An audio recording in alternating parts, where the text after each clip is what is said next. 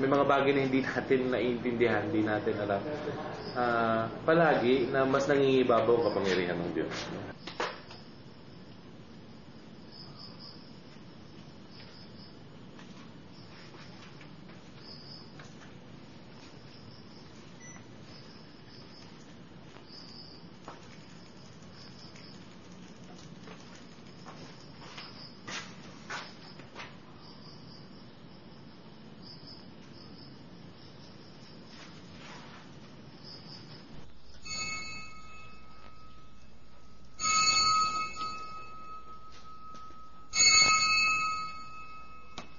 Naglalakad, nag-aaral, nabubuhay. Sa tagal ng ating pamamalagi dito sa mataas na paaralan ng Ateneo, siguro naman nakarinig na tayo ng kahit isang kwento tungkol sa mga multo. Nakakakilabot, nakahihindig, nakatatakot. Ako po si Francis San Jose. Samahan niyo po ako sa pagtuklas sa isang mundong hindi natin inaakalang nariyan pala. Maraming nagsasabi na mayroong kababalaghan nangyayari.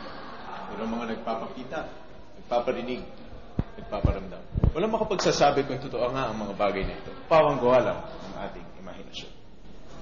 Nakapanayam namin si Mang Ernie, isang janitor dito sa Emin. Isang taong makapagdadala sa atin sa katotohanan.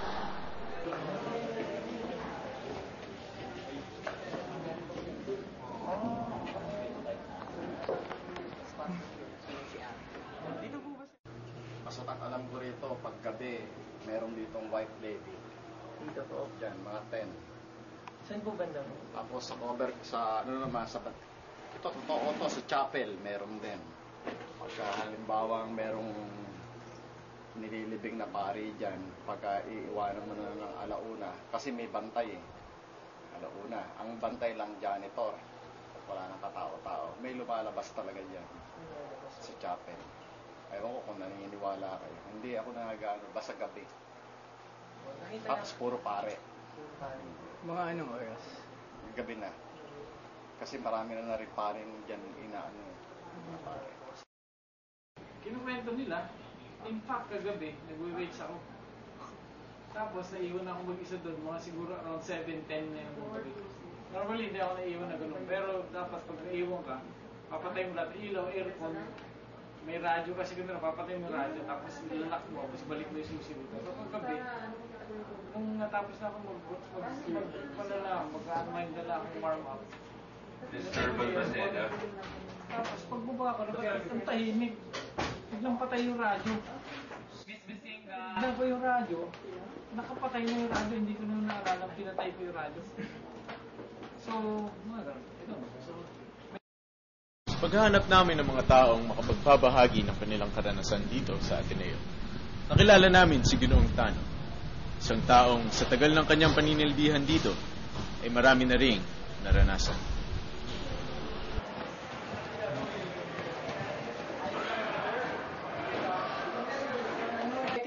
Nung pagkaalis ko sa cafeteria, dahil stay-in ako doon dati, nung diyan kami nagtatrabaho, ay nung kinuha ko ni Father Holscher na umalis na pumunta sa Saudi, si Sisa Aguilar, ay akong kinuha niya. Since wala akong mapagtulugan, dahil unalis ako doon sa kantin, so hindi na ako pwedeng makatulog sa kantin dahil hindi na nila akong empleyado.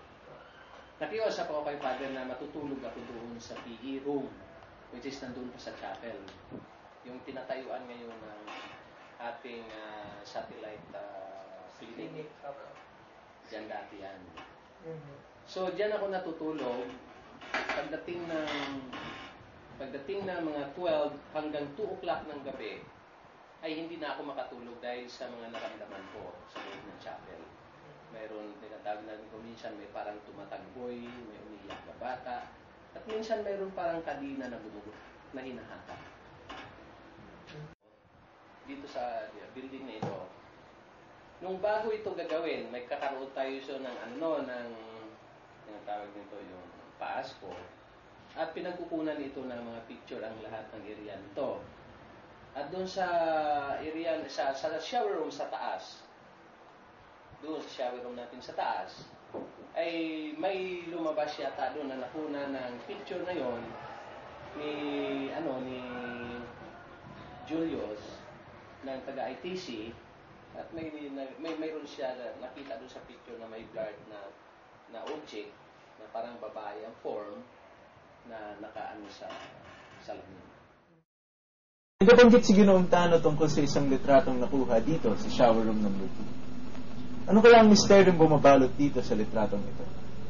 Isang litratong naglalaman ng puting babae. Sa documentary po namin. Hindi, ma'am, yung slides. Oo nga, slide yun. Tsaka Hindi lang yung- yun, isang slide lang. Tapos isang picture din. May isang picture. Sa Yung shower slide room, sa kay ano ITC, yun, yung kay- picture sa shower room po ng Hindi, di ba? yung slide na yun, dun yung sa shower room ginawa sa PE. Pero wala na yun ngayon dito kasi yung personnel na nandito ng staff ngayon, yun lang Siya may yung hawak. kinuha nun before. Hindi- So, hindi property ng ITC talaga. Hindi po ba siya pwede matawagan? Makontak? Hindi natin alam kung nasan na yun. Yung dating unang-una pa rin na. Eh, ma'am, dalawa kasi, di ba? Saka, sorry kung pero hindi totoo yun. Bakit po? Ano pong tingin niyo? Ano pong tingin niyo? Ba't po sa tingin niyo po hindi siya totoo? Parang effects lang siya ng sa camera. Yung sa camera? Okay. Eh, ma'am, yung slide. Picture sa ITC. Ayaw nila nilabas. Ano nila ilabas? Ayaw nila nilabas. Yung magpaparamdam lang. Pero yung nakita... Pero, totoo talaga yung picture na yun. Oo, nakita nila sa amin. Kaya nila ilabas. Kailan nila pinakita? Tagal na sa amin lang. Bagay, secret lang. Secret lang yun. Uy, baka maano ka dyan, Tanungin nyo mga maintenance, mas maraming experience. Wala na daw po yung mga naka-experience sa alis na eh. Diyan! Wala, hindi pala sa amin yun. Saan po? Oo, parang pinsan daw ni Father Kaluwag ang kumuha and then pinakita lang din sa amin. Ako nakita ko yan eh. Ang talagang- Meron ng, may shape ng lady. Kita na yung reflection sa mirror, parang may babae pinakita sa amin yung slide. Parang babae talaga eh, parang nakalutang eh. Hindi mo aninag yung mukha, parang hindi mo nakita yung nakaputi. Pero nasa gilid ng mirror, eh, hindi naman yung object na pinipicture. Dahil hindi kami nakakuha ng kopya ng misteryosong litrato, naisipan namin bisitahin ang lugar kung saan ito kinuha. At nang kunan namin ito ng litrato, ito ang bumulaga sa amin.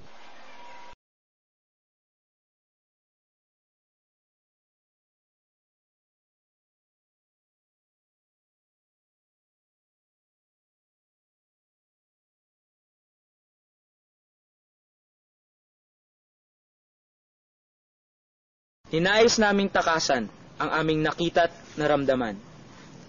Umalis sa madilim na bahagi upang madaplisan ng sikat ng araw ang aming katauhan.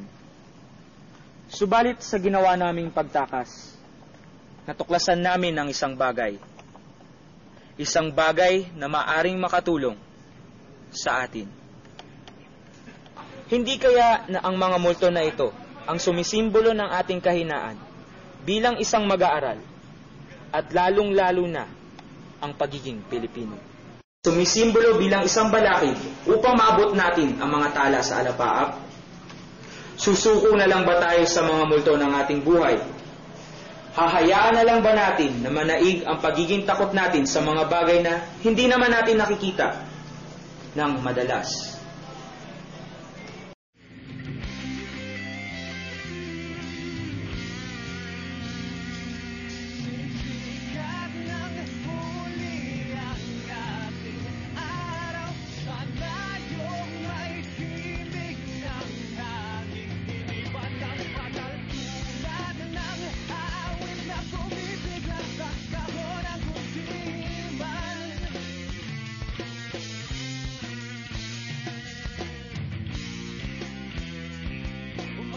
Ay reklamo lang ang bukang bibig at di makita ang sakit na iyong paksan.